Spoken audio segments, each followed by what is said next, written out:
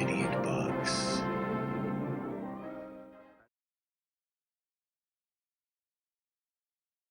Hi YouTube, welcome to Idiot Box. Today I wanted to talk about HBO's new TV show, The Night Of, Episode 2. If you haven't seen this TV show, then I highly recommend that you do, and particularly before watching this video because they may contain some spoilers and I really don't want to spoil this show for you.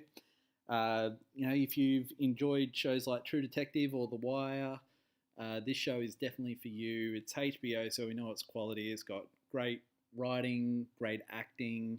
The cinematography, in particular, in this show is some of the best that I've seen on any TV show.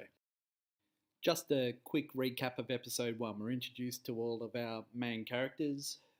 First one being Naz, who is the son of Pakistani immigrants. He is a high achieving student. He tutors people on the basketball team, and he has asthma, and he's this all around kind of an all round bit nerdy. And we see that just in the opening scenes. He gets invited to a party. It's kind of a new thing for him. He wants to fit in with the cool crowd, and basically that's how the story starts. He steals or air quotes borrows his dad's taxi cab to get to the party, and on going to the party, he runs into our next character, Andrea, who is later murdered in the episode. So basically, that's what the show's about: the murder of this young girl, Andrea. The other two very important characters that we meet are Box, who is the lead detective on the murder investigation. We learn that he is a very experienced and well respected police officer within the force. So it's going to be interesting to see him go about the investigation, because a lot about this TV show is not just a whodunit kind of murder mystery, but instead it's really looking at the process, the legal system, the investigation, and the courts and all that. So that'll be very interesting to see it from his perspective. And finally, we also meet Stone, who happened to be in the right place, right time in the police station where Naz is brought in. So he positioned himself well, has kind of earned Naz's trust pretty quickly, and he's a lawyer that kind of is almost like a Saul Goodman, not quite as dodgy, but doesn't do the big cases. And we particularly see that in episode 2, where there's a couple of pretty funny scenes actually, where the judge asks him that, is he a friend of the family or right place, right time? Because Stone is not really known for doing such high profile cases. I thought a big theme from episode 2 was throwing all of our new characters that we've just met into new and unfamiliar situations.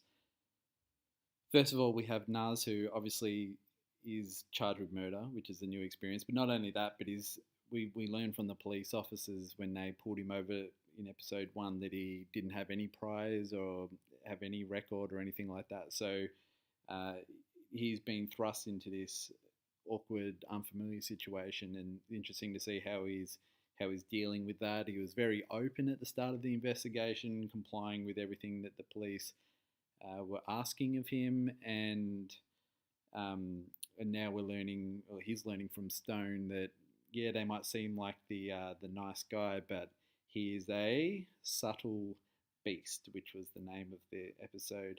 Stone refers to Box as a subtle beast, so be wary. He may seem like he's out to help you, but really he's out to help himself. So you got to be very careful. We also have Stone, who has been a lawyer for a few years. It seems pretty apparent, but he has never really done cases of this size. This is going to be a very high-profile case, and we learn from people like his ex-wife. She's a little bit worried. Are you ready for cases like this? She asks him, and we also learn from a judge who asked Stone, are you a friend of the family, or are you at the right place, right time? So it's quite a funny exchange, but it's just there to highlight that Stone is, this is going to challenge him professionally in a way that he's never been challenged before. So we'll be able to see that unfold over the coming episodes. We also have Box in this episode, who is a very experienced member of the force and an investigator and has been for a long time. But I think he's challenged by this case for a few reasons. First of all the evidence is just overwhelming. He said that to several people, and people have been saying that to him. Like when he goes to check out the car, the two forensic investigators in that car are just they're almost laughing about how much evidence there is and how easy this case is going to be.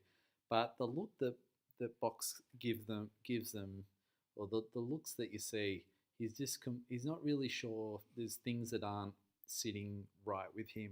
So I think he's been put in a situation where he's basically got an open and shut case, but he doesn't really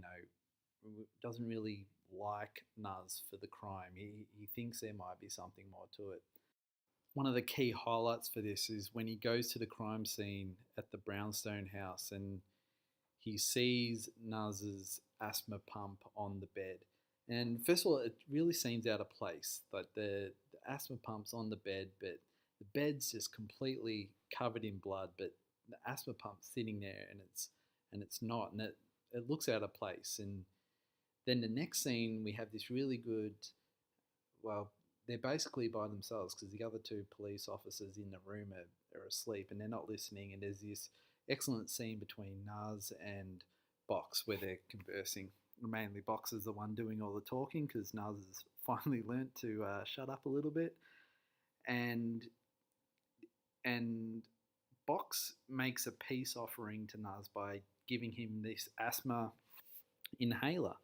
And we're not 100% sure, but it really implies that he's taken this inhaler from the crime scene and he's giving it to Naz. And you got to really think, I mean, this is a experienced investigator. Why would he take evidence from a crime scene and give it to the to the key suspect? It's almost like he doesn't want the evidence to be evidence because he fears that it's not really going to help his case against Nuz. A few times after that, we do see Nuz still has that inhaler, so who knows, that might come back to help exonerate him or help taint the whole investigation if it does come to light that that inhaler was taken from the crime scene. And finally, the last characters that we have really thrust into a new situation is Naz's parents, who are dealing with something that they haven't ever had to deal with before. And sometimes in life you enter into these systems that have always been there, but if you don't experience them, you don't really know what you need to do and what the process is. And for them, it's which like there's quite a funny scene where they just rock up at any police station asking to see their son, and they get redirected to the station that he's at. But even then, they don't understand why they can't see him. So they're going through a pretty hard time, and then Box needs to confiscate a lot of things from their house as evidence. So it's going to be interesting to see how Naz's family and I guess the whole Pakistani community that Naz is a part of, how they're going to deal with this situation. Okay, so let's talk about the main suspects that we have in Andrea's murder. Our number one suspect is Naz. Even if the show is trying to make us feel sorry for him, that he's kind of caught in the wrong place at the wrong time, he still does have a big blackout time, which we can't really just ignore. We can see when he goes to the convenience store to pick up drinks, we can see in the top left of the store's screen that was at 10:04. From there, they go to the river for maybe a couple of minutes, and then back to her house where the loving ensues. But he is only 18 and does say it's his first girlfriend, so that couldn't have lasted too long, maybe a couple of minutes. And the next time that we get is after fleeing the scene and getting pulled over to police. We can see on their dashboard camera that they pull him over at 1:36. So taking into account a few things that happen in between there, it really is about 2 hours of unaccounted for time. So we can't just ignore that. Suspect number 2, Don, who is Andrea's stepdad. We don't really know anything about their relationship, Andrea's and Don's relationship, because we only meet her and we don't see her interact with anyone apart from Naz, really. So, what we do know, we learn from Don, is that her mum passed away from cancer a few years earlier. And obviously, Andrea's inherited her house in Manhattan, and her father passed away when she was only 10. So she doesn't have any biological parents left. Don seems to be the only parent, but as I said, we don't know their relationship. We don't know whether they got along or whether they didn't. But the only thing we do know from Andrea is when they're sitting at the river, or when Andrea's sitting with Naz at the river, and she's asking Naz about his father, and he's like, "Oh yeah, I love my father. We get along really well." And he asks her about his, and she replies, "He's okay." So we can assume there that because her real dad's passed away, they're probably talking about Don. So maybe they did have a good relationship, but it'll be interesting. And I think that's going to be an important one going forward. Suspect number 3. We'll just call him Hearst Guy because we're not really sure of his name. But when they're at the convenience store getting drinks on the way to the river, we meet the Hearst Guy. Now, he has a bit of a confrontation with Andrea when she flicks her cigarette out of the window. Nuz doesn't see this, which is interesting because he's gone to the bathroom, so he doesn't know anything about this confrontation. But it does seem a little bit extreme that he would follow them to her house and then murder her and frame Nuz for it, just for a bit of littering. However, if I was filling up my car with highly flammable gasoline and someone flicked a lit cigarette in my direction, I'd probably be pretty annoyed as well. Suspect number 4 is the neighbour. He's the one that calls the police. Uh, Probably just a witness, but he did seem a little bit odd. I'm sure he has a lot of cats in his house. Suspect number 5 and 6, Trevor and his friend. Now, they're the two guys that walk past Naz and Andrea as they're about to go into her house, and he makes a remark, and there's a little bit of a altercation. And later on, Trevor is at the crime scene when the police are there, and Box brings him in. So we're not entirely sure. Look, Trevor is probably just a witness, but there was a strange look given from his friend, so who knows? Also, Trevor does lie about being by himself when Box is interrogating him, or interviewing him, not really an interrogation. So why is Trevor covering for his friend? But that could just be a completely unrelated situation. He just doesn't want to get his friend involved with the police, but does make him suspicious. And finally, suspect number 7 is a potential boyfriend, ex-boyfriend of Andrea. Of course, we know in any investigation that's the number one suspect, and we're not really sure whether she had one. Nuz says, "Do you have a girl?" Or she asks Nuz, "Do you have a girlfriend?" And Nuz says, "Do you have a girlfriend?" And she kind of laughs it off. So she doesn't really answer the question. Maybe she does, but maybe that's someone that we will meet in a future episode.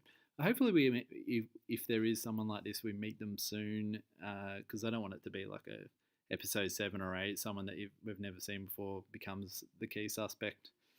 So that wraps up the key suspects that we have at the moment. But who knows who we might be introduced to in the future. As I said, we're a potential boyfriend or ex-boyfriend for Andrea. But we're going to look forward to how this is going to unfold. So definitely has hooked me in the first 2 episodes. It's a great show, and really looking forward to how this miniseries is going to end. I also like the fact that it's only 8 episodes, and we'll get a resolution at the end of that. Thank you very much for watching my video. If you enjoyed it, please give it a like, subscribe, leave a comment if you'd like to ask any questions or ask my thoughts, and I'll see you guys for episode 3.